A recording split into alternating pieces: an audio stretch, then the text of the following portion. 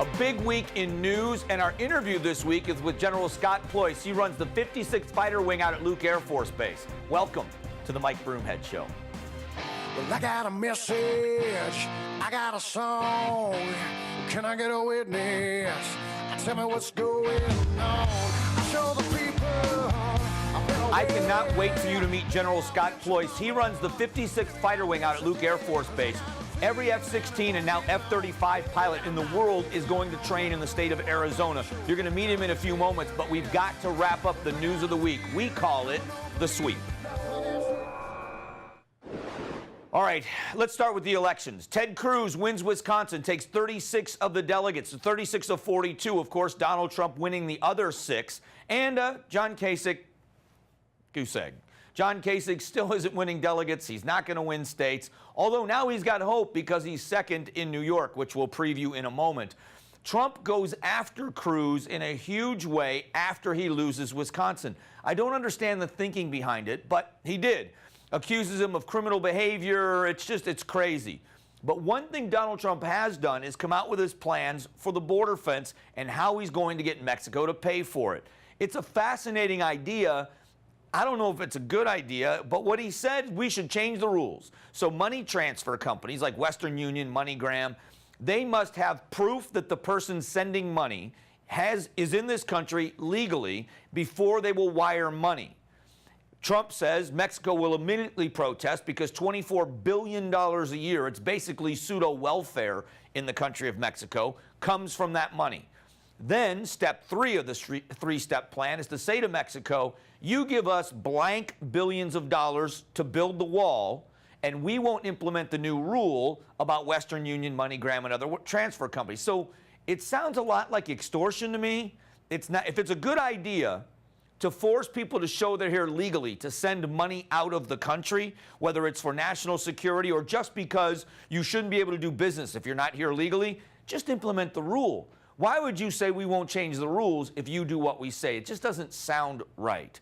Bernie Sanders wins with Wisconsin. He takes the majority of delegates, but he doesn't pick up a big lead. He only wins, I think, 10 more delegates than Hillary Clinton.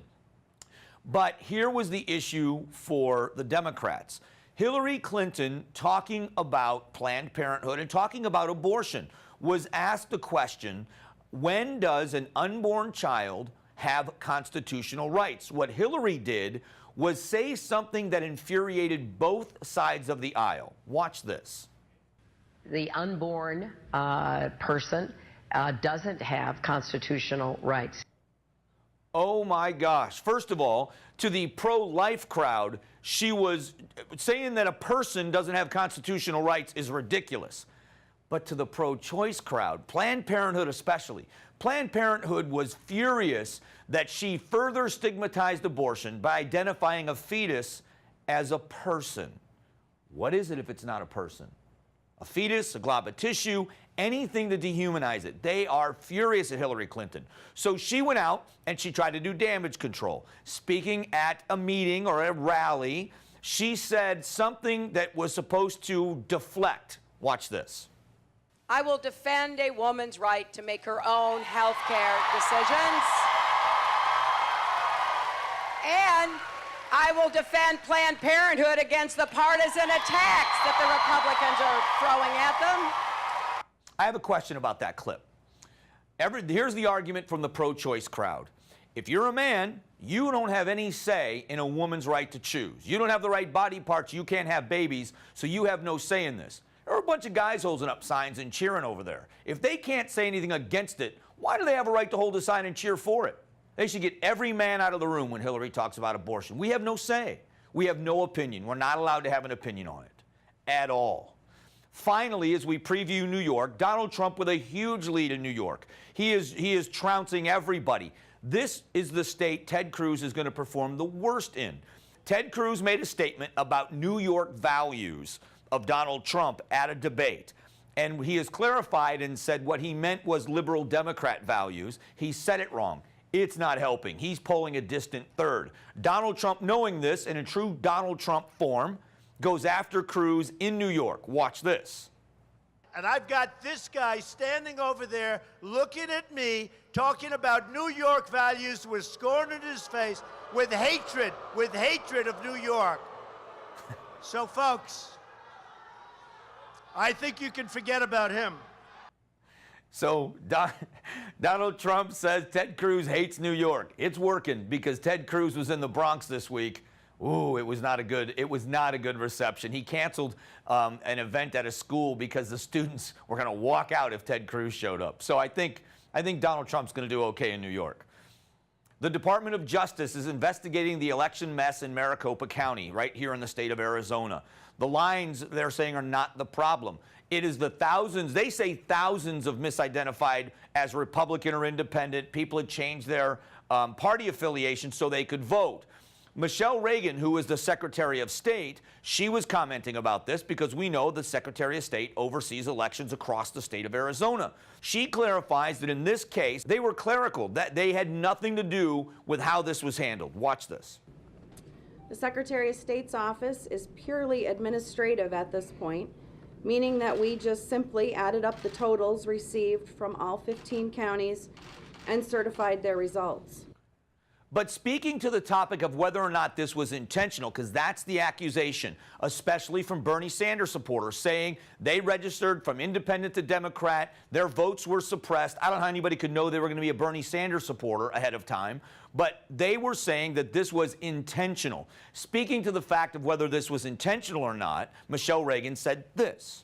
You don't spend 6 or 7 months running around the state trying to register new people and trying to get them excited about an upcoming election, only to see them feel so completely left out of the process. That's not what anybody wants for voters in the state, no matter who they're voting for. I think she made a couple of very legitimate comments. Maricopa County officials certified the elections for a couple of reasons. They explained you can't take legal action against an election unless it's been certified. So if there are going to be legal actions taken, now they can because of this certification process. It's done. They're not denying anything happened, although they believe that it was not intentional. Paul Penzone is running for sheriff of Maricopa County. Second time he's done this against Joe Arpaio.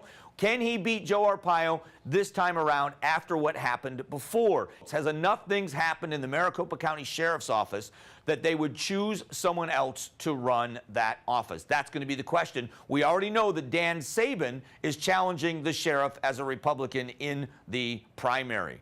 All right, we are going to talk a little bit more about things as the show progresses. In just a moment, though, we are going to have our interview with General Scott Pleus. And before we get out, I want to say, very sad, the passing of Merle Haggard. Country legend Merle Haggard passes this week, 79 years old, on his 79th birthday.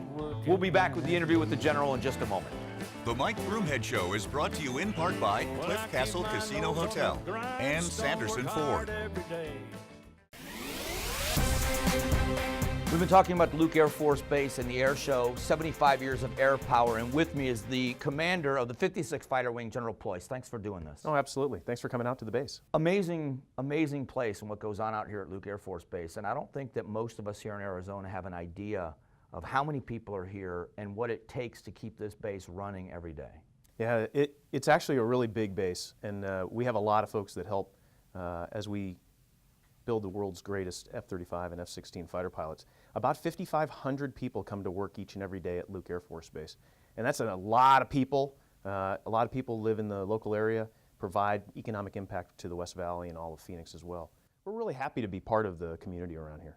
It's such an incredible place. I've been out here so many times, and every time I come here, I learn something new. How many years have you spent in the Air Force? So I've been in for just under 26 years now. Oh, is that all? Yeah. Just under 26. How many flight hours? So I have about 2,500 flying hours in fighter aircraft. Most of that's in the F-16, and then about March of last year I transitioned into the F-35. What are the differences between the two aircraft? I mean, from a layman's point of view, besides what we see in the difference, what's the difference between them? Well, really the difference between the two is a 4th generation and a 5th generation fighter. And to give you an example, the best way to explain it would be an F-16 was built in the 1970s and 1980s, so think about like a flip phone telephone. Okay. The F-35 was built in the year 2000, so think of more like an iPhone. And so that's the difference between the two. On the surface, they're both fighter airplanes, but the difference between the two is you've got old technology and you've got really new technology. If you go back into the 1980s and you think about the phone that you used to carry, and if somebody told you in 20 years from now, you're going to be able to search things, you'll Google things, you'll use it for directions, you'll use it in ways you've never thought of, you'd have thought they're crazy. Well, that's the F-35, and that's the difference between the two airplanes. We got to meet some of the people that keep the aircraft going, and the flight suit you wear, the helmet, and the technology that goes, takes a team of people just to maintain that. So how many people are on a team that get one of those aircraft in the air? Well, it's kind of hard to answer that specifically. So we have about 1,500 maintainers whose job is to maintain the aircraft.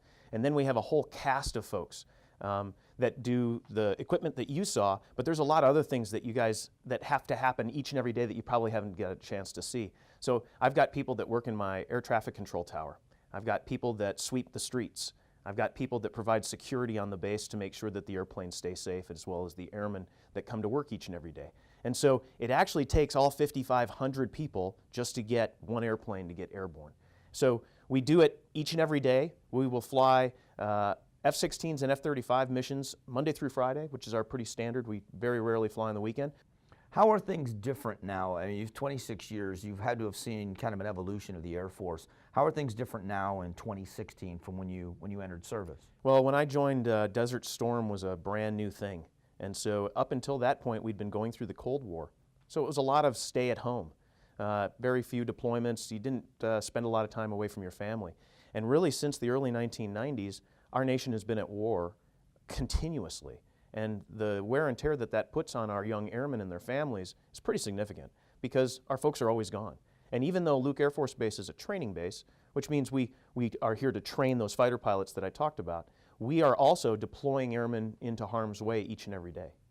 When you talk about that toll for a moment, because I think for the families, that's the ones that are, we have been one of those families that have been left behind, and you watch the television differently. It's easy, out of sight, out of mind in a way, and I don't mean any disrespect to the people that have served, but this is not something we see on a daily basis or feel unless you have somebody deployed, because you never look at the television the same again when you have someone that's deployed.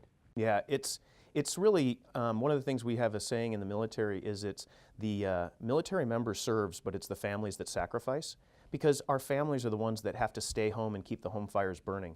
And that's a spouse in some cases, sometimes it's a spouse with children, and so they're picking up the roles and responsibilities of mom and dad at the same time while they're still carrying forth, a normal day-to-day life. And at the same time, the whole time, they've got to worry about one of their loved ones who's overseas. And you're absolutely right. You watch the television a little bit differently than you ever watched it before.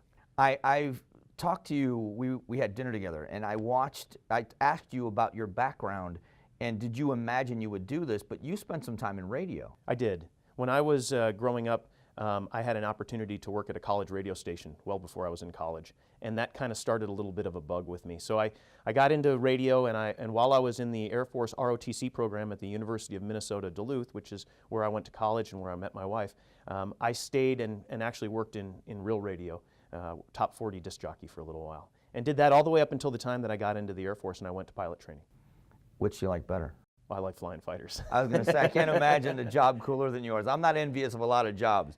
I'm envious of yours. That is the coolest job, but it's not just the fact that it's something that every kid wishes he could do or she wishes that she could do.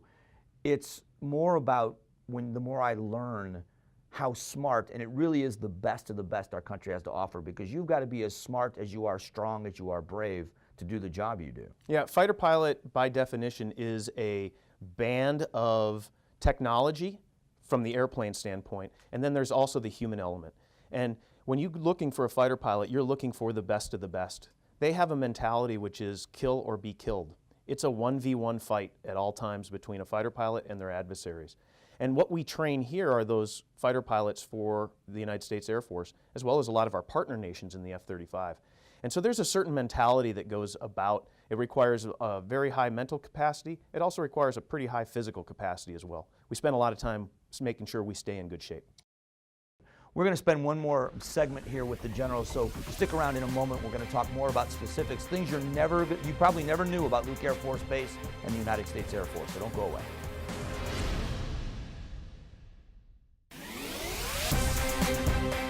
All right, we're back. We're at Luke Air Force Base. Specifically, we are in General Pleus' office. Thanks for having us and letting us do this. Oh, boy. Oh, yeah, absolutely. Glad to have you guys out. Here's my confession. They let me go into the simulator. I crashed it twice. I mean, I just darted it right into the ground. I had no idea, even then, just it being almost like a big video game, for lack of a better term. It is a lot going on all at once. I can't imagine what it takes for a young person to go from someone who's never been in an airplane to being qualified to be a combat pilot in the Air Force. That's quite a transition, and not a long period of time. Yeah, we will take a young pilot, and they'll originally go to undergraduate pilot training at one of 4 bases in the United States. And that's a year-long training program, and by the time they finish, they have about 250 flight hours. When they graduate from that course, if you're the #1 or #2 pilot graduating in a class of about 16, you have an option of coming to fly fighter airplanes. So you're already talking about the very best of the pilot training classes that come to fighter aircraft. From there, they'll come to Luke Air Force Base, and we'll spend about 8 to 9 months teaching them how to fly a fighter airplane. Right now, we're teaching F-16 fighter pilots, and in December, we'll start training those young lieutenants in the F-35 as well. So the transition for you from the F-16 to the F-35, is it a difficult transition? Is it easier because you've got so much time in one aircraft to transfer to the other? Does it translate pretty easily? It really does. The differences are fairly, from a pilot standpoint, it's a much easier airplane to fly because of the way that the airplane was built. It was built for the pilot just to focus on what we call our sensors or our mission systems, so the things that we are trying to do to drop bombs or evade enemy radars and those kind of things. So the airplane is very simple to fly. We spend a lot of time in the simulator as well. The F-16 is something that I grew up with over 24 years of flying that airplane. I'm very comfortable with it and have kind of started in an earlier version of the airplane and flew it all the way till some of the latest versions of the airplane. So it's kind of hard to relate. At the end of the day, it's driving a fighter aircraft and driving a fighter aircraft. It's like driving a very high-performance sports car and another high-performance sports car. What people don't realize is it takes a toll on your body. We looked at some of the equipment that just keeps you in the air, from the oxygen to the flight suit that keeps you in those high G-forces and keeps blood flowing in your body. It takes a toll on a pilot's body and to be in this high G aircraft. It surely does. So if you think about it, if right now you and I are at 1 G, so we weigh what we weigh, and let's just say I weigh 200 pounds, just for the sake of math. I don't weigh 200 pounds. So let's just say I weigh 200 pounds. I do, by the way. We'll leave that alone, but okay. So at 9 Gs, take 200 pounds, multiply that by 9, so you weigh 1,800 pounds when you're flying a 9 G turn in a fighter aircraft. That means that the weight of your head is 9 times what it weighs on a daily basis. So the toll that it takes on your muscles, on your spine, on your joints, all of your internal organs is extremely high. And the way we combat that is by doing a lot of physical training. Fighter pilots traditionally spend a lot of time in the gym as well as cardiovascular training. And we do that so that we can combat those G-forces while we're flying and keep ourselves fit to fight. So for those of us here around the valley and others, southern Arizona, or places where we see the aircraft in the air, what should people know? What will we be surprised to know about either Luke or about just pilots in general? Something we see them in the air, we think they go through some training, but what is it we should know that they go through or that they need to know about a pilot in the Air Force? Well, I think one of the things I would tell you is that a lot of people probably look up and say, hey, I wonder what they're doing. They're probably just having fun. There is no fun that's built into the syllabus when we train a fighter pilot. From the second they take off until the second they land, they are executing mission tasks. They are doing things like we would want them to do in combat. And there is literally no time at all to look around and smell the roses or to just play around. We're a very professional Air Force, and we expect extremely high standards of our pilots, and we demand that of each and every flight. We're very cognizant of the fact that this is taxpayers' dollars that we are spending when we fly these airplanes, and we're very privileged to do it. And I just want people to know that this is a very regimented program that we do each and every day. You alluded to the fact that we've been at war for such a long time, and there was the Cold War when you entered the Air Force. Is there a different sense of urgency with training pilots now, knowing that they are going to war versus the potential of them going to war? Absolutely. It's with all of the F-16 pilots that we're graduating right now, within usually 3 to 4 months, they are over combat operations in Afghanistan or Syria, dropping bombs and getting shot at. So from our standpoint, we want to make sure that the training that we provide them is the most accurate that we possibly can, so that they are trained and ready to go into a full combat situation. So yeah, the pressure's on. It's funny, in the training, I was, and I'm not going to tell you who it was, but one of the pilots said that you go on mission, or you go on training missions with them and fly, and you've said, treat me like just another one. I want to learn. Has it always been the way it is? You're always learning? Yeah, a fighter pilot's always learning. And the other thing that we have is a rule among fighter pilots is there is no rank in a flight. So while I may be a general officer on the ground, when we're flying, we are all pilots and we are all equal. And the reason why is the role that you have in that flight, whether you're the flight leader or maybe you're the wingman, you have to do the best of your abilities in that position. And rank has no place in it. Well, I've got to say, it's been a pleasure to get to know you a little bit and allowing us to go around Luke Air Force Base, and hopefully we've done some justice to the hard work that everybody does on this base. The men and women here, from the entry-level airmen to the pilots in the air to you yourself, have been very gracious to us, but what a job you do, and we can't thank you enough for your service. Well, thanks a lot, Mike. What I want to say is that it is a true honor and a privilege to be a part of the community here out in the West Valley. We love all the things that Phoenix and Arizona do for us, and we're very proud to be a partner with everybody. I hope everybody understands that we're here to serve, and we're just happy to be here. Just an example of the men and women that represent you in the United States military, and they are the best and brightest. Thank you, gentlemen. I appreciate it. Thanks, Brig. We'll be back.